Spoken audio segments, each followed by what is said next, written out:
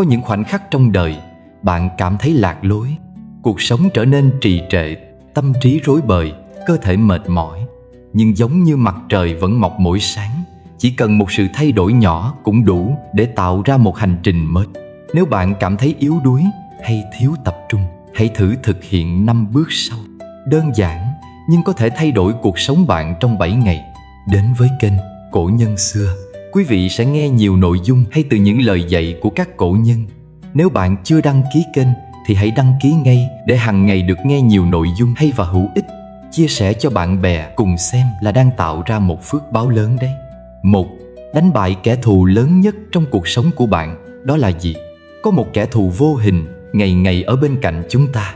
Không cần tấn công bằng vũ lực, không cần đe dọa bằng lời nói, nhưng nó vẫn có thể làm con người suy yếu dần đi theo thời gian. Kẻ thù đó không ai khác, chính là chiếc điện thoại trong tay bạn. Thoạt nhìn nó có vẻ vô hại, một vật nhỏ gọn hiện đại giúp bạn kết nối với thế giới, mang đến vô số thông tin, niềm vui và tiện ích.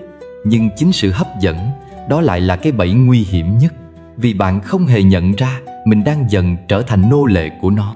Một ngày, một giờ, một phút, mỗi lần cầm lên, bạn không hề nghĩ mình đã để nó chiếm đoạt bao nhiêu thời gian quý giá của cuộc đời. Có một con chim ngày ngày bay trên bầu trời rộng lớn. Nó từng tự do, từng thông dong với những cánh rừng, những dòng suối, những triền đồi xanh mướt. Nhưng rồi một ngày kia, nó vô tình đáp xuống một ngôi làng. Ở đó người ta đặt trước mặt nó một chiếc lồng mạ vàng. Bên trong là những hạt kê béo ngậy, nước trong vắt. Chim nghĩ, ở đây có thức ăn có nước, ta chẳng cần nhọc công kiếm tìm, tại sao không dừng lại đôi chút?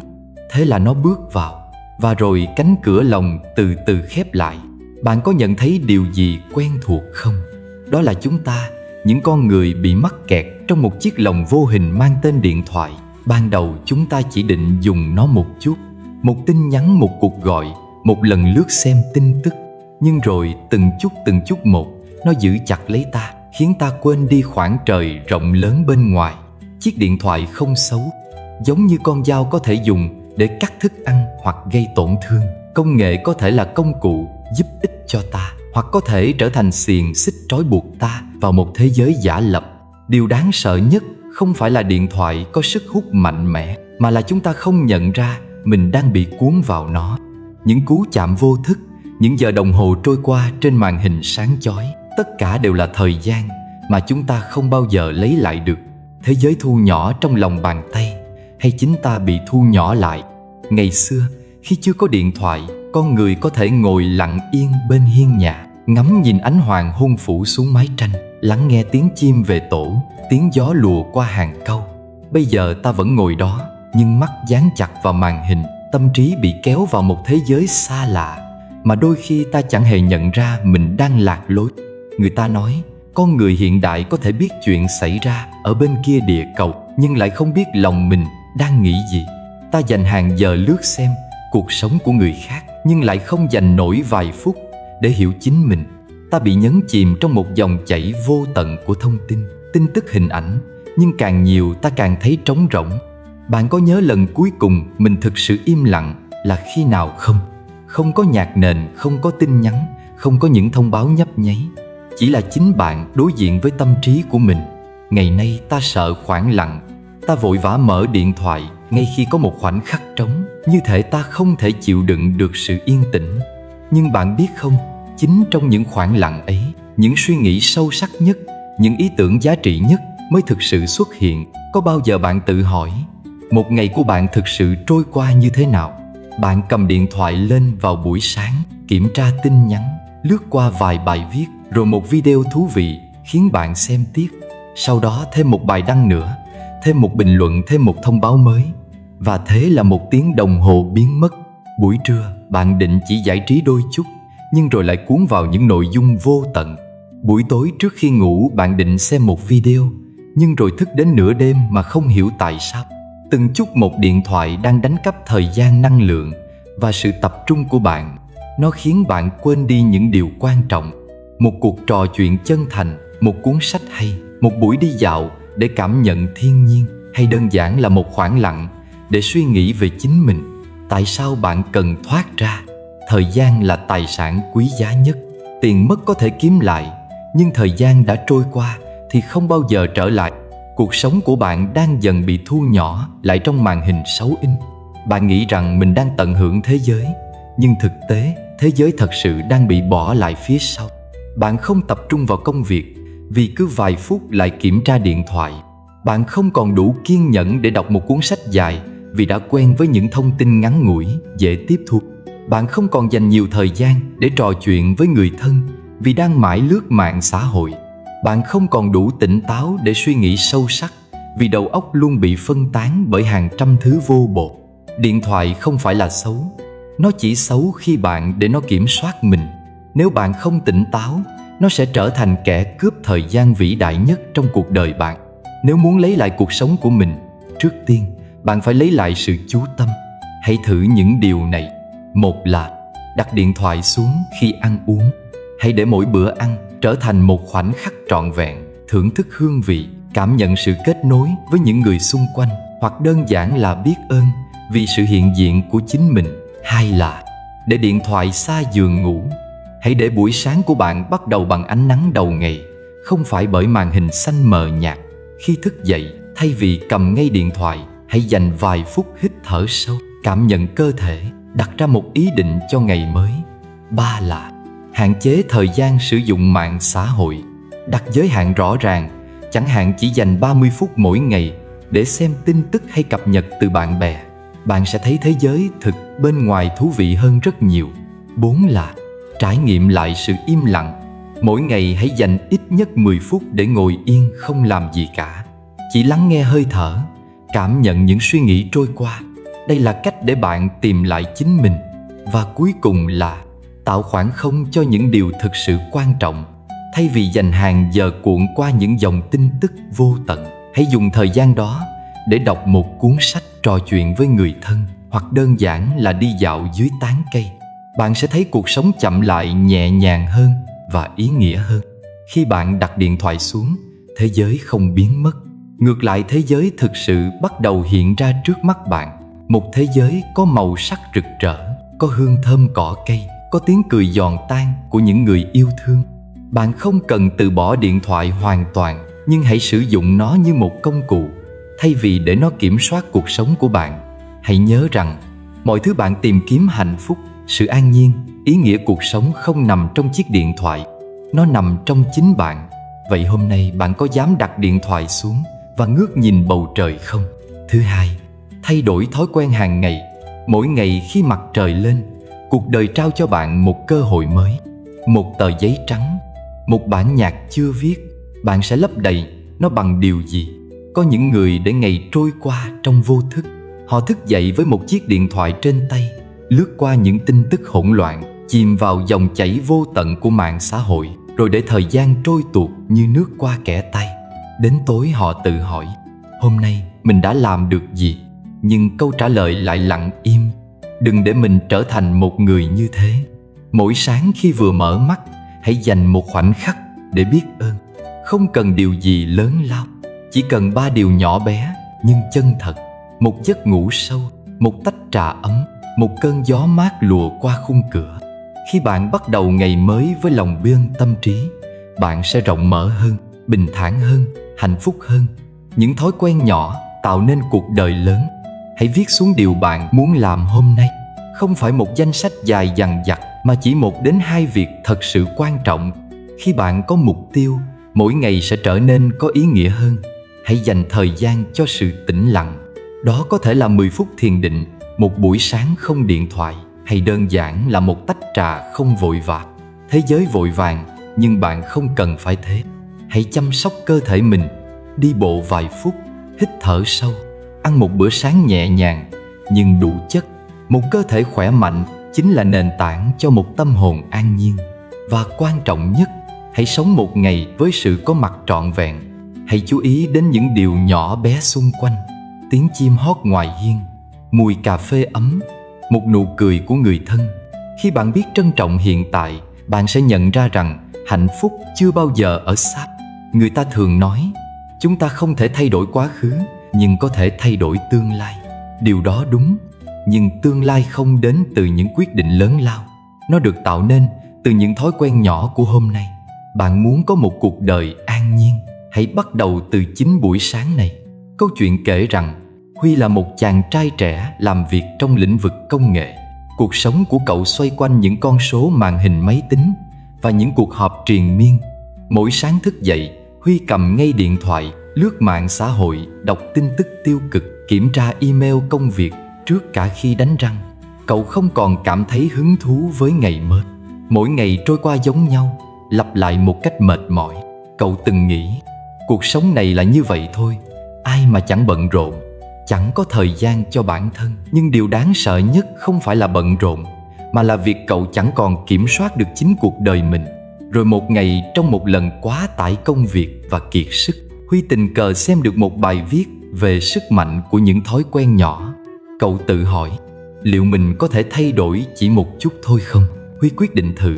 Cậu không làm gì quá lớn lao, không đặt mục tiêu thay đổi cả cuộc đời trong một đêm. Chỉ đơn giản là một điều nhỏ, không chạm vào điện thoại trong 30 phút đầu tiên sau khi thức dậy. Sáng hôm sau, khi thức dậy, thay vì cầm điện thoại như mọi khi, cậu bước ra ban công, hít thở sâu, nhìn bầu trời sáng sớm. Cậu lấy một tờ giấy, viết ra 3 điều khiến cậu biết ơn. Một giấc ngủ ngon, một ngày mới để bắt đầu lại, một gia đình vẫn luôn yêu thương và chờ đợi cậu. Chỉ vậy thôi, nhưng cảm giác trong lòng khác hẳn. Không còn sự căng thẳng ngay khi vừa mở mắt, không còn áp lực ngay khi ngày mới bắt đầu. Sau một tuần, Huy cảm thấy tinh thần tốt hơn. Cậu bắt đầu thử đọc sách 10 phút vào mỗi sáng, thay vì lướt điện thoại. Cậu dành ra 5 phút thiền định. Mỗi thay đổi đều nhỏ bé, nhưng chúng dần tạo ra sự khác biệt. Sau một tháng, điều đáng ngạc nhiên xảy ra. Cậu cảm thấy ít căng thẳng hơn trong công việc. Cậu có nhiều năng lượng hơn trong ngày. Buổi sáng không còn vội vàng, cậu có thời gian ăn sáng, tập thể dục nhẹ nhàng. Quan trọng nhất, cậu cảm thấy cuộc sống có kiểm soát hơn, không còn bị cuốn vào vòng xoáy của công nghệ. Hóa ra, không cần một sự thay đổi lớn lao để cải thiện cuộc sống. Chỉ một thói quen nhỏ, lặp đi lặp lại mỗi ngày, có thể làm thay đổi cả một con người. Nếu bạn cảm thấy mình đang lạc lối, đừng vội nghĩ rằng cần một sự thay đổi to lớn để cứu vãn mọi thứ. Hãy bắt đầu từ những điều nhỏ nhất. Đừng chạm vào điện thoại ngay khi thức dậy. Hãy viết ra 3 điều bạn biết ơn mỗi sáng. Hãy dành 10 phút buổi sáng cho bản thân, thay vì cuốn vào công việc. Chỉ cần một sự thay đổi nhỏ, cuộc sống của bạn có thể rẽ sang một hướng khác. Hãy thử đi, và bạn sẽ thấy. 3 là hãy dành 90 phút tập trung. Đó là nghệ thuật đắm mình trong hiện tại. Có bao giờ bạn cảm thấy thời gian trôi qua quá nhanh, nhưng những gì bạn hoàn thành lại quá ít? Một ngày có 24 giờ, nhưng đến tối nhìn lại, bạn thấy mình chẳng làm được bao nhiêu. Công việc dở dang, sự chú ý bị phân tán bởi hàng trăm thứ vụn vặt. Điện thoại rung lên với những thông báo không tên. Tâm trí lơ lửng giữa quá khứ và tương lai, nhưng chẳng bao giờ thực sự ở trong hiện tại. Sự tập trung cũng giống như ánh đèn chiếu rọi một con đường tối. Nếu liên tục chuyển hướng, bạn sẽ chẳng bao giờ đi xa. Nhưng nếu bạn giữ ánh sáng ấy ổn định, nó sẽ đưa bạn đến bất cứ đâu. Hãy thử dành 90 phút mỗi ngày chỉ để làm một việc duy nhất. Không mạng xã hội, không tin nhắn, không đa nhiệm. Chỉ có bạn và công việc trước mặt. Tôi từng quen một người họa sĩ già. Ông không nổi tiếng, tranh của ông không được trưng bày ở những phòng triển lãm lớn. Nhưng ông có một cuộc đời mà nhiều người phải ao ước. Mỗi ngày ông ngồi trước giá vẽ của mình, hoàn toàn đắm chìm vào từng nét cọ.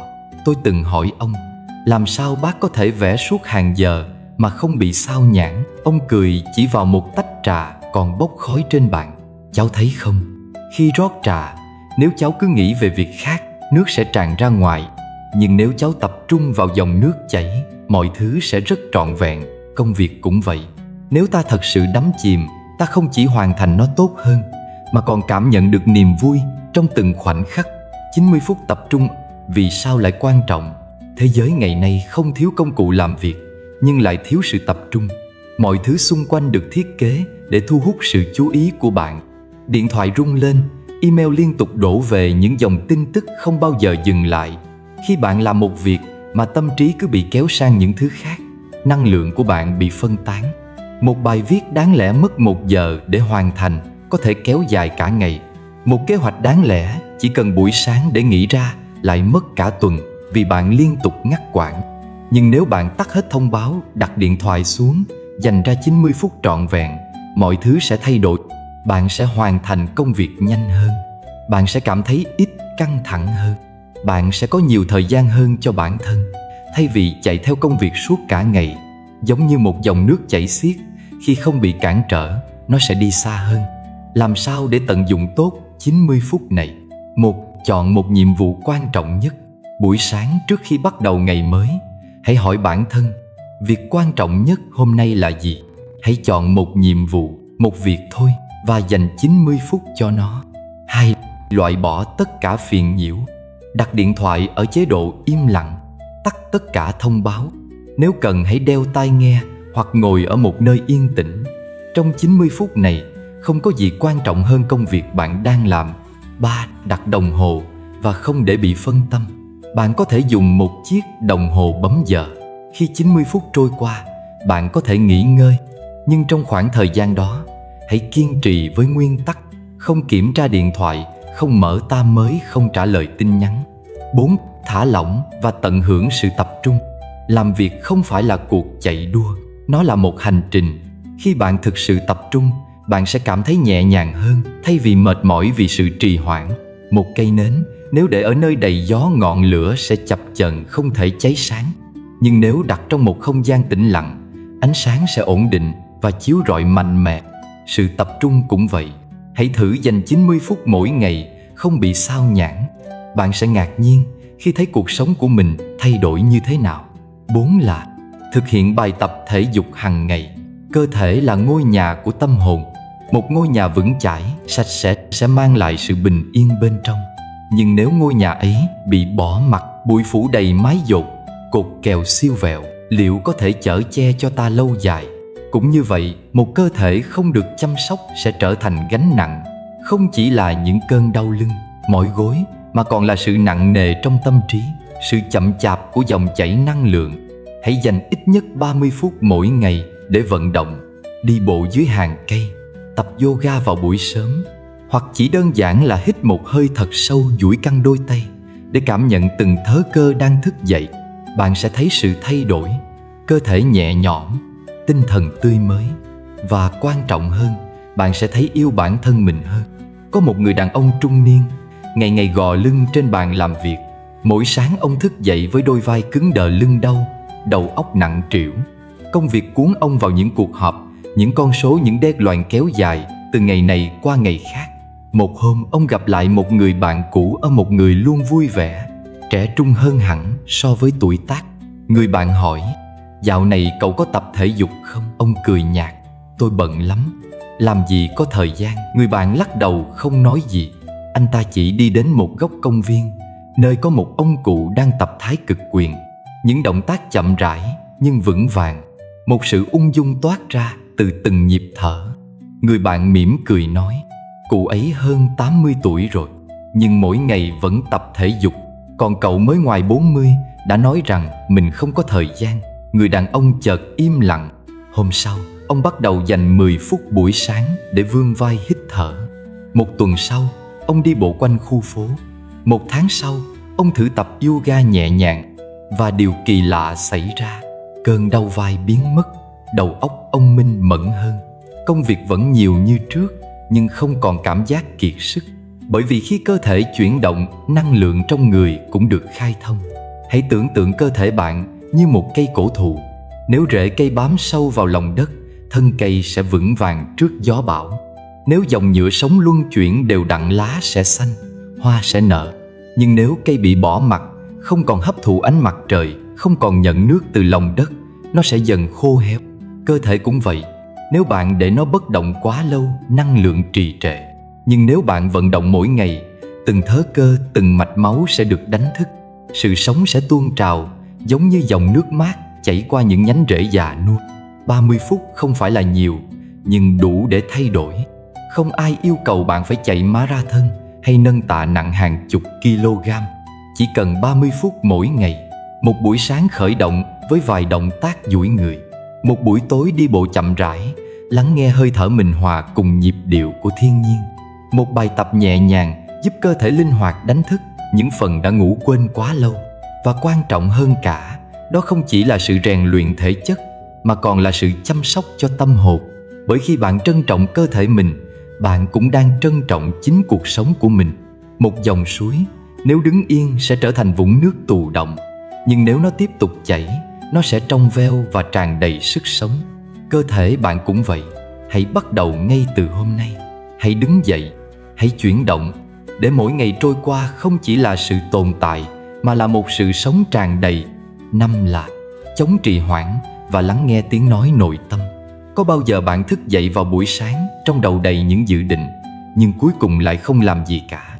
Bạn muốn học một kỹ năng mới, bắt đầu một dự án thay đổi lối sống, nhưng luôn có một lý do để trì hoãn. Bạn tự nhủ, để mai rồi làm, mình chưa sẵn sàng, đợi có điều kiện tốt hơn đã. Và ngày qua ngày, những mục tiêu đó vẫn chỉ là suy nghĩ mơ hồ, chưa bao giờ trở thành hiện thực. Bạn trì hoãn vì điều gì? Sự trì hoãn không đơn giản chỉ là lười biếng. Nó xuất phát từ những nỗi sợ sâu thẳm bên trong bạn. Sợ thất bại. Bạn lo rằng nếu mình làm, kết quả có thể không như mong đợi, và bạn sẽ phải đối diện với cảm giác thất vọng. Sợ không đủ giỏi. Bạn nghĩ rằng mình chưa sẵn sàng, người khác giỏi hơn, rằng bạn cần thêm thời gian để chuẩn bị. Sợ ánh nhìn của người khác. Bạn sợ bị đánh giá, sợ bị chê bai, sợ rằng những gì mình làm không được ai công nhận. Sợ rời khỏi vùng an toàn. Bạn quen với những điều quen thuộc và ngại bước ra khỏi vùng thoải mái của mình. Nhưng sự thật là gì? Không có ai bắt đầu mà hoàn hảo. Mọi người thành công mà bạn ngưỡng mộ đều từng là người mới bắt đầu. Họ cũng có những nỗi sợ, cũng có những lúc nghi ngờ bản thân. Nhưng thay vì chờ đợi thời điểm hoàn hảo, họ chọn cách hành động. Chờ đợi một thời điểm hoàn hảo là cái bẫy của trì hoãn. Nhiều người nghĩ rằng họ cần một thời điểm lý tưởng để bắt đầu, khi có nhiều thời gian hơn, khi tài chính ổn định hơn, khi có đủ kiến thức, khi cảm thấy tự tin hơn. Nhưng sự thật là thời điểm hoàn hảo sẽ không bao giờ đến. Nếu bạn cứ chờ đến khi hoàn cảnh thuận lợi, bạn có thể sẽ chờ cả đời mà không bao giờ thực sự bắt đầu.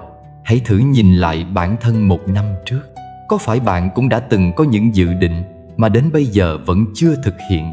Và nếu bạn không hành động ngay từ bây giờ, 1 năm sau, bạn vẫn sẽ ở yên nguyên vị trí cũ, với những tiếc nuối về khoảng thời gian đã lãng phí. Không ai bắt đầu mà cảm thấy sẵn sàng 100%. Bạn không cần phải biết tất cả mọi thứ trước khi bắt đầu. Điều quan trọng là bạn có đủ can đảm để bước đi, dù chỉ là một bước nhỏ. Bạn muốn viết sách, hãy bắt đầu bằng 1 trang mỗi ngày. Bạn muốn tập thể dục, hãy đứng lên và vận động trong 5 phút. Bạn muốn học một kỹ năng mới, hãy dành 10 phút mỗi ngày để thực hành. Bạn muốn thay đổi công việc, hãy tìm hiểu cơ hội và gửi đi một bản C. Dù bạn làm ít hay nhiều, điều quan trọng nhất là bạn bắt đầu. Chuyển động tạo ra động lực. Khi bạn hành động, bạn sẽ dần lấy lại sự tự tin, và những bước đi nhỏ sẽ biến thành một hành trình lớn. Lắng nghe tiếng nói bên trong, sống đúng với bản thân. Bên trong mỗi người luôn có một giọng nói, tiếng nói nội tâm, nơi lưu giữ những khát khao, ước mơ và giá trị thực sự của bạn. Nhưng trong cuộc sống hiện đại đầy áp lực và xô bồ, tiếng nói ấy dần bị lấn át bởi những lo toan, kỳ vọng của người khác và những nỗi sợ do chính bạn tạo ra. Bạn có bao giờ cảm thấy mình đang sống một cuộc đời không phải của mình, làm một công việc không thực sự yêu thích, theo đuổi một điều gì đó chỉ vì áp lực xã hội, sống để làm hài lòng người khác mà quên mất chính mình? Đã đến lúc bạn cần lắng nghe bản thân. Bạn thực sự muốn gì? Điều gì khiến bạn cảm thấy hạnh phúc? Nếu không có bất kỳ rào cản nào, bạn sẽ chọn sống như thế nào? Hãy dành thời gian mỗi ngày để kết nối với chính mình. Có thể là qua việc viết nhật ký, ngồi tĩnh lặng suy nghĩ, hoặc đơn giản là tự hỏi bản thân xem điều gì thực sự quan trọng với mình. Khi bạn lắng nghe được tiếng nói bên trong, bạn sẽ biết mình cần làm gì và không còn bị chi phối bởi nỗi sợ hay sự trì hoãn nữa. Làm thế nào để vượt qua sự trì hoãn? 1. Đặt mục tiêu nhỏ và dễ thực hiện. Đừng đặt mục tiêu quá lớn ngay từ đầu, vì nó có thể khiến bạn cảm thấy choáng ngợp. Hãy bắt đầu với những bước nhỏ nhất.